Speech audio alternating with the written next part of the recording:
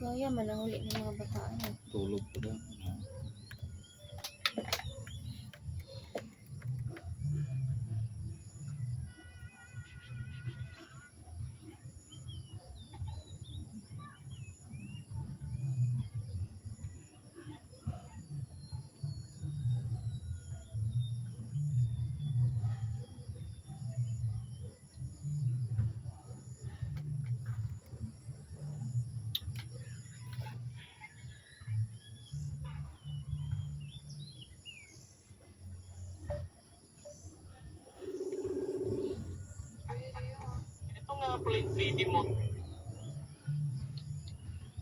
Lute. Ulay kwarta te oy kay na scam sa GCash. Na, ngayon? Nahapit mga 50 nakuha. Laka.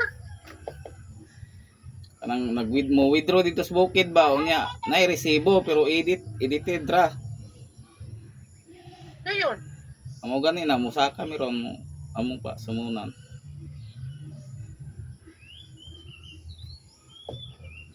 Kwenta to, withdraw daw. Ha? Kwenta daw withdraw. 375 na lang ibilin sa akong 50k kapin. Patay.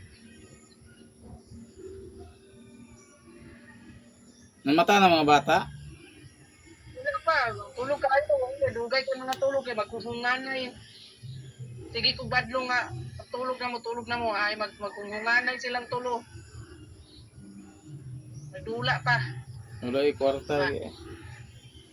Ay, si Bert, wala pa ning naog lagi. Kay Lunes pa daw panaugon sa iyang amo. Kay ipagawas pa daw ang kahoy. Kay okasyon na uga pa daw ang dalan. Inaanak man gina basta kampo. Ingon sa mining siya trabaho. Di man maninig. Kuan na, balhin naman po siya sa kayuban. Balhin siya sa amo. Ito muna, maninig. Lalo, biya ka basta na ay papel na dito, sususi na dito. Asa-asa kung gusto mo kubaling trabaho, di ka dito. Di man ka ugat, dili man kong jamin para sa adto makasya. Ipanil nga, ako sa bugas, maluoy kong linlin, wala pa ko kabayad. Ya, di po may katuhag bugas o di po may kabayad. Kung na, ya, Lunes pa among kwarta. Walay kuan ay walay kwarta gyud. Pag di magini nako kay ning saon ni.